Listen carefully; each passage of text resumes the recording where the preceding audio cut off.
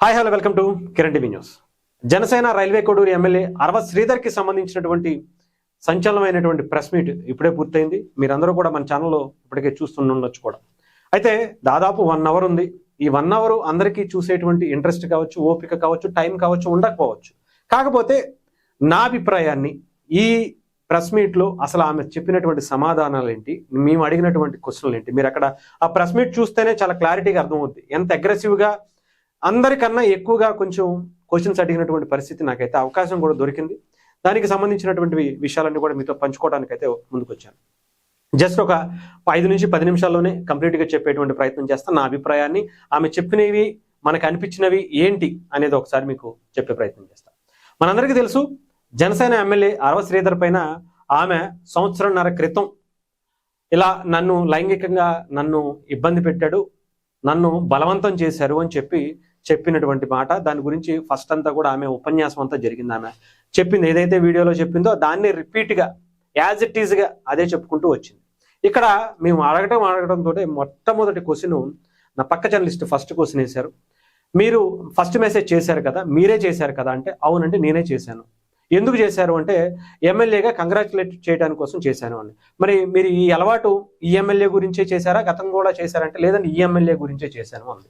ఎందుకని ఈ ఎమ్మెల్యేని మాత్రమే చేయడానికి కారణం ఏంటంటే, ఎందుకు అభిషేక్ చేయాలనిపించింది, చేశాను, మా నియోజకవర్గ ఎమ్మెల్యే కదా అని చెప్పింది. ఓకే, దాన్ని కూడా యాక్సెప్ట్ చేయొచ్చు, అది కూడా ఆమె ఆలోచన మంచిదే కావచ్చు. అప్పుడే ఎఫ్బి క్రియేట్ చేసుకుని 2 గంటల పాటు చాట్ చేసుకున్నాము. ఆ తర్వాత ఆయన రమ్మన్నారు, మాట్లాడారు. తర్వాత 2 గంటల్లోనే న్యూడ్ వీడియోస్ పంపించమన్నారని ఇంకొకటని చెప్పింది. అంతా కూడా ఓకే అయిపోయింది, అంతవరకు ఓకే. మేము తర్వాత క్వశ్చన్ అడిగాం, మీరు అంత ఆయన్ని ఇన్ని సంవత్సరాలు అంటే 1.5 సంవత్సరాల పాటు మిమ్మల్ని ఇబ్బంది పెట్టి 5 సార్లు అబార్షన్ చేసుకునేటువంటి ఇంత టైం వచ్చినప్పుడు ఎందుకని ఎప్పుడు కూడా కేసు పెట్టాలని అనిపించలేదు అంటే, భయపడ్డాను, నేను చాలా భయపడిపోయాను. ఒక ఎమ్మెల్యే కదా, నన్ను ఏమన్నా చేస్తాడేమో, నా కొడుకుని చంపేస్తానన్నాడు, ఇంకొకటి అన్నారు, అదన్నారు, ఇదన్నారు, చాలా చేస్తానని చెప్పారు అని చెప్పింది. అవునా, సరే, మరి మీరంతా అమాయకురాలే అయితే కనుక మరి ఒక జర్నలిస్టుని పట్టుకుని మీ ఇంట్లో బంధించి అతనిని అత్యంత కిరాతకంగా హింసించినటువంటి పరిస్థితి, ఆ మాటల్లో కానీ అక్కడ మీరు చూస్తున్నటువంటి మీ బిహేవియర్లో కానీ ఎక్కడా కూడా భయం కానీ ఇంకొకటి కానీ లేదే. ఒక జర్నలిస్టుని అంత ధైర్యంగా మీరు ఇంట్లో కూర్చోబెట్టుకుని కొట్టడం, ఇష్టానుసారం బూతులతో రెచ్చిపోయినటువంటి పరిస్థితి చూస్తే అంత అమాయకురాలిగా మీరు కనిపించట్లేదు కదా అంటే ఇప్పుడు ఏంటి అని చెప్పి నీళ్లు నవ్వటం కూడా జరిగింది. ఆ తర్వాత క్వశ్చన్ తర్వాత మళ్ళీ ఇంకేంటంటే, మీ మీద వచ్చినటువంటి 25 కోట్ల రూపాయలు మీరు అడిగారు అంట కదా అని అడిగితే, అబ్బే నేను అలాంటిది ఏం లేదు, మీ దగ్గర ఆధారాలు ఉంటే చూపించండి అని చెప్పి మమ్మల్నే క్వశ్చన్ అడిగింది.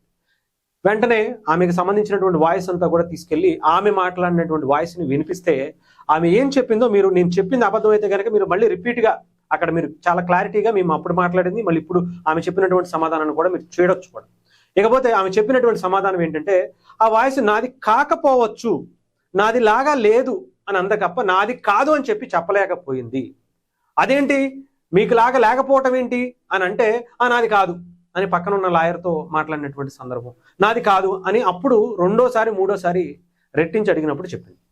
అక్కడ కూడా చాలా క్లారిటీగా దొరికిపోయింది, చాలా క్లారిటీగా ఆమె స్క్రిప్టెడ్ వచ్చింది అనేది అర్థమైపోయింది.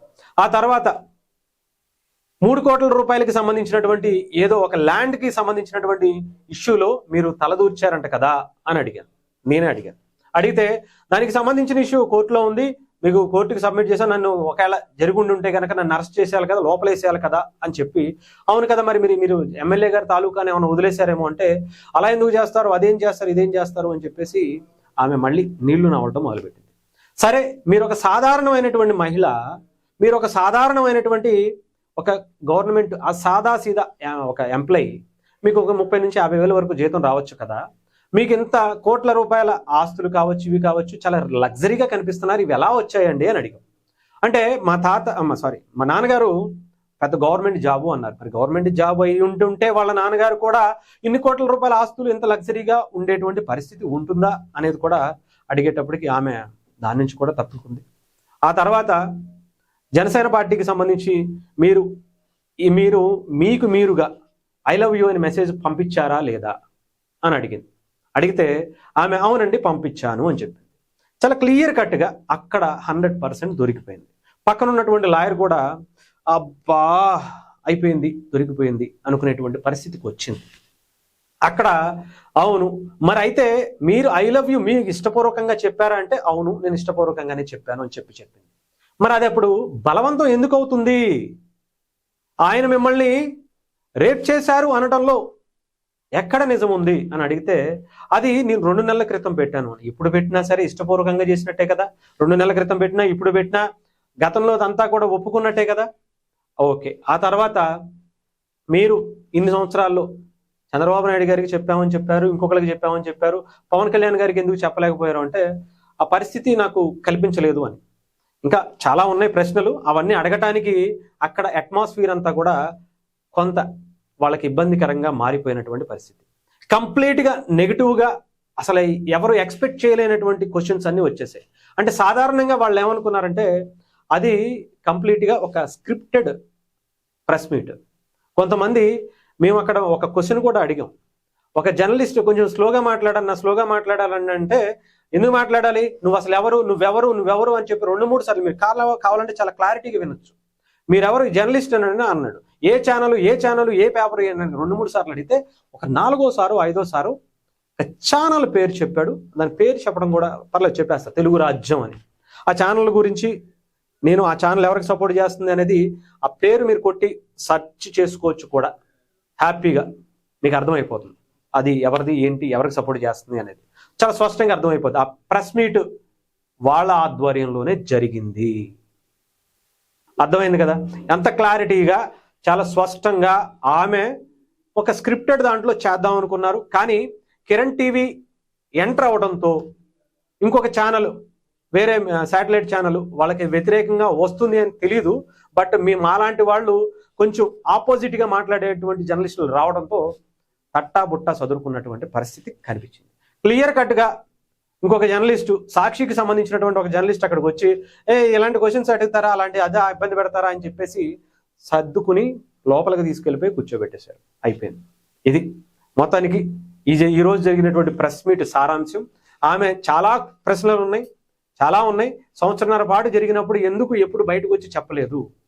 అసలు ముఖ్యంగా ఇంకొక క్వశ్చన్ కూడా అడిగాం. అదేంటంటే కారులో మీరు ఆయన్ని కలవడానికి వెళ్ళడానికి మీరే వెళ్ళారు అంటున్నారు కదా, ఎప్పుడు వెళ్ళారు అంటే నైట్ టైం వెళ్ళాను అంది. మరి అంతకుముందు చాలా దారుణంగా మిమ్మల్ని నాకు లొంగిపోవాల్సిందే ఇబ్బంది పెట్టారు అని చెప్పి మీరు ఫస్ట్ 2 గంటల చాటింగ్లోనే మీతో మాట్లాడినప్పుడు అతను ఇబ్బంది పెడతాడు ఎమ్మెల్యే అని తెలిసి మరి మళ్ళీ వెళ్ళి అతని నుంచి తప్పించుకోవడానికి క్లియర్గా చెప్పేసి వద్దామని వెళ్ళినప్పుడు అతను అంత చేస్తాడని మీకు అనిపించలేదా అంటే అనిపించలేదు, అతను అంత ధైర్యం ఉందని అనుకోలేదు అని అన్నారు. కానీ అతన్ని కొట్టింది అని కూడా ఆమె ఒప్పుకుంటుంది. అతను నేను కొట్టాను, డిఫెండ్ చేశాను అని చెప్తుంది. ఇక్కడ ఒక జర్నలిస్ట్ని కొట్టి బంధించి అతని అంటే ఎక్కడ కూడా చట్టాన్ని చేతిలోకి ఎందుకు తీసుకున్నారు మీరు? జర్నలిస్ట్ని కొట్టే హక్కు మీకు ఎవరిచ్చారు అని అడిగితే మాత్రం ఆమె నా గురించి ఇలా వార్తలు వేశాడు. ఏం వార్తలు వేశాడు? ఇవే వార్తలను చాలా అక్కడ లోకల్గా ఉండేటువంటి ఒక జర్నలిస్ట్ ఒక పేపర్ అతను వేశాడు. నీకు నచ్చలేదు కేసై అంటే వేయలేదట. ఆ జర్నలిస్టు అతను సూసైడ్ చేసుకోబోయాడు. ఇక్కడ చాలా క్లియర్గా ఏమవుతుంది అంటే సమాజం కూడా రీసెంట్గా మనం కేరళ అనేటువంటి ఇన్సిడెంట్ ఒకటి మన అందరికి ఐడెంటిఫికేషన్ వచ్చి ఉండొచ్చు.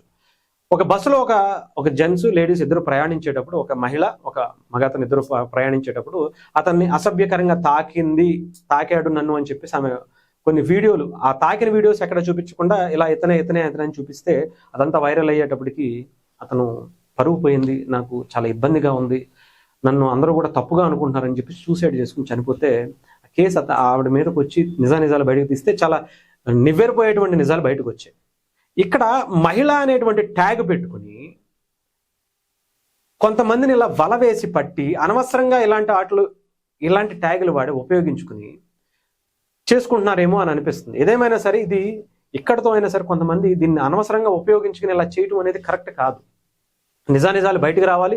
ఆమె హెచ్ఆర్సీని అప్రోచ్ అయినా అని చెప్పింది, కేసు పెడతానని చెప్పింది, డీజీపీకి ఇచ్చామంది, ఇంకొకటి ఇస్తున్నామంది.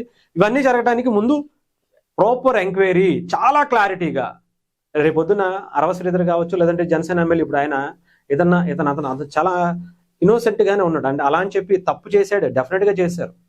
అంత అంటే ఒక ఎమ్మెల్యే స్థాయిలో ఉన్నటువంటి వ్యక్తి ఇలాంటి ప్రలోభాలకు లొంగకూడదు. అన్నీ మడిచి జేబులో పెట్టుకోవాలి. ఎలాంటి ఆలోచనలు ఉన్నా, ఎలాంటి బలహీనతలున్నా లోపల పెట్టుకుని ఉండాలి. అంతేగాని ఇలాగా లొంగిపోవటం, వాళ్ళకి ట్రాప్ చేశారు కదా, వాళ్ళ స్కెచ్ చేశారు కదా అని లొంగిపోవటం అనేది కరెక్ట్ కాదు.